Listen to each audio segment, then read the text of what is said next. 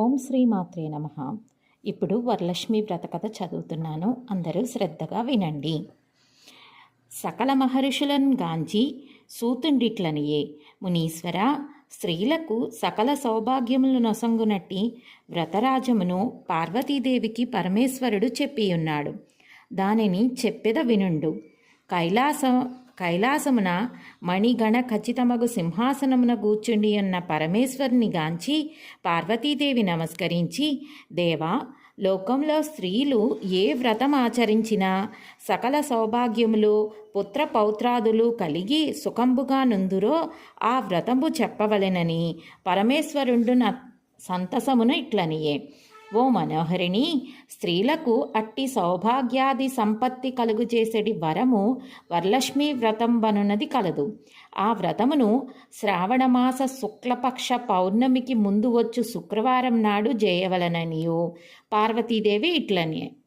ఓ లోకవంద్య, నీ వానతిచ్చిన వరలక్ష్మి వ్రతంబు నెట్లు చేయవలను?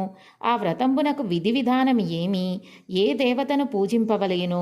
పూర్వం ఎవరిచే ఆ వ్రతం ఆచరింపబడియే వివరముగా తెలుపమని పార్వతికి పరమేశ్వరుడు చెప్పుచున్నాడు. ఓ గౌరీ, వరలక్ష్మి వ్రతము సవిస్తారంగా చెప్పెద వినుము. మగధ దేశంబున కుండినంబను ఒక పట్టణంబు గలదు. ఆ పట్టణము బంగారు గోడల చేతను బంగారు ఇండ్లతోడను ప్రకాశించుచుండెను. అట్టి పట్టణమున చారుమతి అను ఒక బ్రాహ్మణ సాధ్వి కలదు. ఆ మాననీమణి భర్తను దేవునితో సమానంగా తలంచి ప్రతిదినము ఉదయమున మేల్కొని స్నానము చేసి పువ్వులచే భర్త పాదంబులను పూజించి పిదపన అత్తమామలకు వివిధోపచారంబులనర్చి ఇంటి పనులు చక్క చేసుకొని గయ్యాళి కాక మితముగా ప్రియముగా భాషించుచుండెను. ఇట్లుండా ఆ పతివ్రతయందు మహాలక్ష్మికి అనుగ్రహం కలిగి ఒకనాడు స్వప్నమున కనబడి, ఓ చారుమతి, నేను వరలక్ష్మీదేవిని. నీ యందు నాకు దయ వచ్చి ప్రత్యక్షమైతిని. శ్రావణ శుక్ల పౌర్ణమికి ముందుగా వచ్చేటి శుక్రవారం నాడు నన్ను పూజించినా నీ కోరికలు నెరవేర్చెదనని ఆనతిచ్చిన. చారుమతి స్వప్నంలోనే వరలక్ష్మీదేవికి ప్రదక్షిణ నమస్కారం చేసి, నమస్తే సర్వలోకానాం జననైపుణ్యమూర్తియే శరణ్యే త్రిగజద్వందే విష్ణు వక్షస్థలాలయే అని అనేక విధములుగా స్తుతించి, ఓ తల్లి, నీ కటాక్షంబు కలిగనేని జనులు ధన్యులగును, విద్వాంసులగును, సకల సంపన్నులగును అయ్యెదరు. నేను పూర్వజన్మమున చేసిన సుకృత విశేషమున నీ పాద సందర్శనం నాకు లభించెను అని స్తుతించిన మహాలక్ష్మి సంతోషం చెంది చారుమతికి అనేక వరంబులొసగి అంతర్ధారముందెను.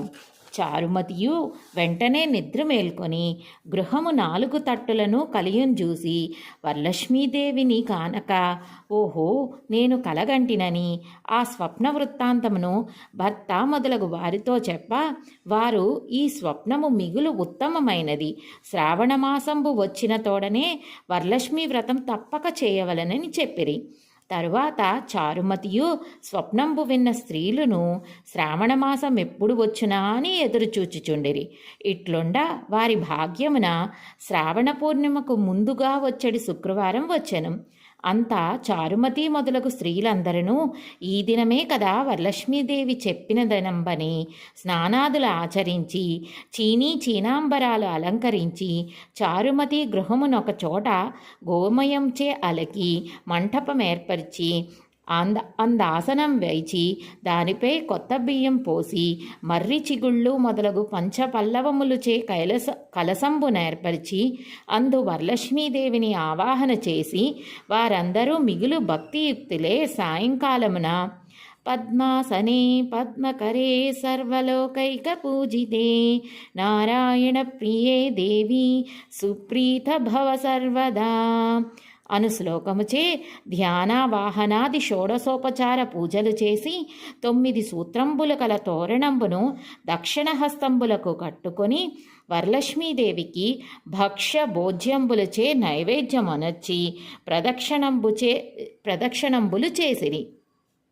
ఇట్లు ప్రదక్షిణం చేయగానే ఆ స్త్రీల కాళ్లయందు ఘల్లు ఘల్లుమన ఒక శబ్దం కలిగెను. అంత కాళ్లను చూసుకునినా గజ్జలు మొదలగు ఆభరణములు కనబడెను. వారందరూ ఓహో, వరలక్ష్మీదేవి దయవలన కలిగినవని పరమానందం పొంది మరి ఒక ప్రదక్షిణ చేయగా హస్తంబులందు దగదగ్ధాయమానంబగా వెలుగుచు రత్నమణి కంకణంబులు మొదలగు ఆభరణములు కనబడెను. ఇంత ఏళ మూడవ ప్రదక్షిణము గావించిన తోడనే ఆ స్త్రీలందరూ సర్వభాషాళంకృతులైరి. వారి గృహంబులు సువర్ణమయంబులై రథ గజ తురగాది వాహనంబులతో నిండియుండెను. అంత ఆ స్త్రీలను దోడ్కున పోవుటకు వారి వారి ఇండ్ల నుండి గుర్రములు, ఏనుగులు, రథములు ఆ వరలక్ష్మీ పూజ చేయు స్థలంబునకు వచ్చి నిలిచియుండెను. తరువాత చారుమతి మొదలగు స్త్రీలు తమకు కల్పోక్త ప్రకారం పూజ చేయించిన బ్రాహ్మణుని పూజించి 12 కుడుములు వాయనదానమిచ్చి దక్షిణ తాంబూలములొసగి నమస్కరించి ఆ బ్రాహ్మణునిచే ఆశీర్వాదము నొంది వరలక్ష్మీదేవికి నైవేద్యం గావించిన భక్ష్యాదులను బంధుమిత్ర బృందములు భుజించి తమ తమ వాహనములనెక్కి తమ తమ గృహములకు జనుచు నొకరితోనొకరు ఓహో, చారుమతీదేవి భాగ్యమేమని చెప్పనొప్పును వరలక్ష్మీదేవి తనంతట తానే స్వప్నంలో దర్శనమిచ్చెను. ఆ చారుమతీదేవి వలననే కదా మనకిట్టి భాగ్యం కలిగే అని చారుమతీదేవిని మిక్కిలి కొనియాడిని. తరువాత చారుమతీదేవి మొదలగు కాంతలెల్లరునూ ఈ వ్రతంబును ప్రతి సంవత్సరంబును చేయుచు పుత్ర పౌత్రాభివృద్ధి కలిగి ధన కనక వస్తు వాహన సమృద్ధిగాంచి సుఖంబుగా నుండిరి. కావున ఓ పార్వతి, ఈ ఉత్తమమైన వ్రతమును బ్రాహ్మణులు మొదలగు 4 జాతుల వారును చేయవచ్చును. అట్లు చేసిన సర్వ సౌభాగ్యంబులు కలిగి సుఖింతరు. ఈ కథ వినువారులకును చదువువారులకును వరలక్ష్మీ ప్రసాదము వలన సకల కార్యసిద్ధి కలుగును. ఓం శ్రీ వరలక్ష్మీదేవి నమః.